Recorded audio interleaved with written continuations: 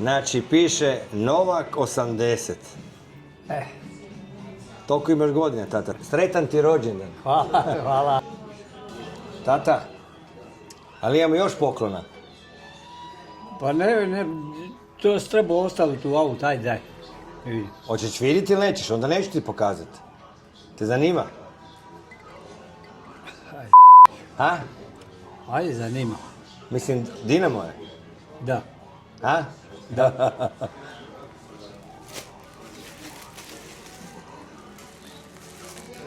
Vidi. Čekaj, pokaži meni ovako. Aha. Šta je to? Dinamo, ali ovo je Šta? majica, ovo je dres od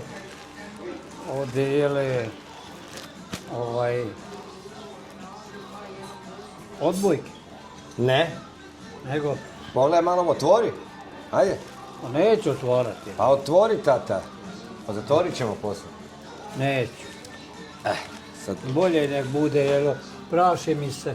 Sad ću. No, 80.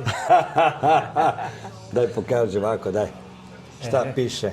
Znači, piše Novak 80. Toliko imaš godina, tata. Sretan ti rođendan. Hvala, hvala.